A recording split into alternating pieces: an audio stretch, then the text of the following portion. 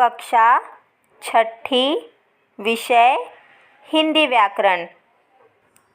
हिंदी व्याकरण में आज हम उपसर्ग और प्रत्यय के बारे में पढ़ेंगे। सबसे पहले हम उपसर्ग की परिभाषा पढ़ेंगे। शब्दों से पहले जुड़कर उनका अर्थ परिवर्तित करने वाले शब्दांश को उपसर्ग कहते हैं। बच्चों, जब किसी शब्द के शुरुआत में, उसके प्रारंभ में कोई शब्द जुड़कर उससे नया शब्द बनता है तो उसमें जो शब्द जुड़ता है वही शब्द हमारा उपसर्ग कहलाता है। उपसर्ग का अपना स्वतंत्र रूप से कोई प्रयोग नहीं होता है। वे किसी न किसी शब्द के साथ जुड़कर उनका अर्थ परिवर्तित कर देते हैं और वही शब्द हमारा उपसर्ग कहलाता है। अब नीचे दिए हुए वाक्य पढ़िए। पहला है, राजा ने अन्याय किया। दूसरा, अशोक की विजय हुई। तीसरा, चंद्रमा पृथ्वी का उपग्रह है। चौथा, चौधरी जी लापरवाह थे। इन चारों वाक्यों में बच्चों एक एक शब्दों को रेखांकित किया गया है। अब इन वाक्यों में रेखांकित शब्दों की रचना देखिए। अब पहला जो उदाहरण था बच्चों, उसमें हमारा अन्याय शब्द रेखांकित किया गया था। अब अन्याय शब्द में न्याय शब्द जो है वह हमारा मूल शब्द होता है और उस मूल शब्द में अ उपसर्ग जुड़ा, जिसके वजह से वह बन गया अन्याय। तो अ जो है वह हमारा उपसर्ग है और न्याय जो है वह हमारा मूल शब्द है, जिसकी वजह से वह अन्याय बना। दूसरे उदाहरण में हमारा शब्द था विजय। अब विजय में जय शब्द जो है वह हमारा मूल शब्द है और उस मूल शब्द के शुरुआत में वी जुड़ा, जिसकी वजह से शब्द बना विजय। तो यहाँ पर वी जो है वह उपसर्ग है और जय शब्द जो है वह हमारा मूल शब्द है। तीसरे उदाहरण में उपग्रह शब्द रेखांकित किया गया था।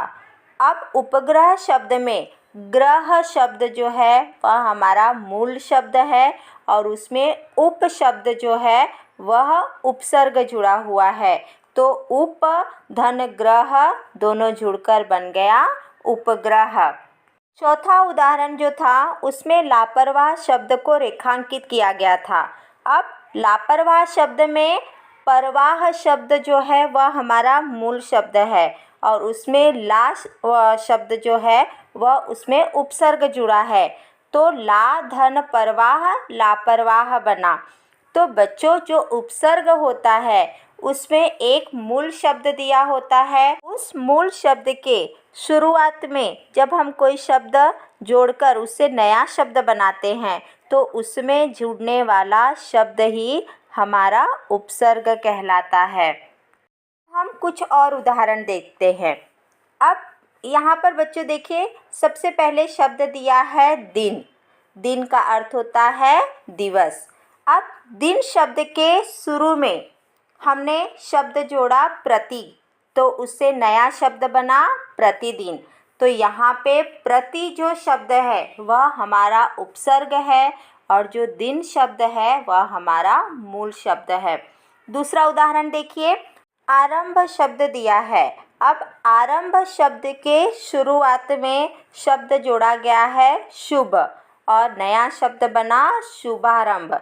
तो यहाँ पर शुभ शब्द जो है वह उपसर्ग है और आरंभ शब्द जो है वह हमारा मूल शब्द है। अगला शब्द है पसंद।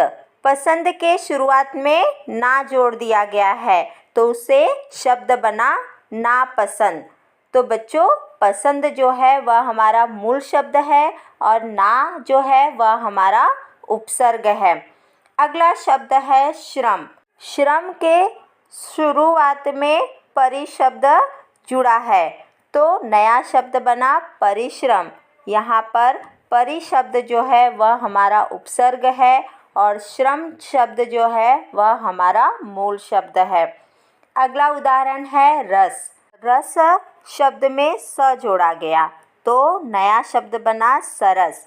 तो यहाँ पर बच्चों हमारा रस शब्द जो है वह हमारा मूल शब्द है और स जो है वह हमारा उपसर्ग है। इस व्याकरण का शेष भाग हम अपने अगले वीडियो में पढ़ेंगे। धन्यवाद।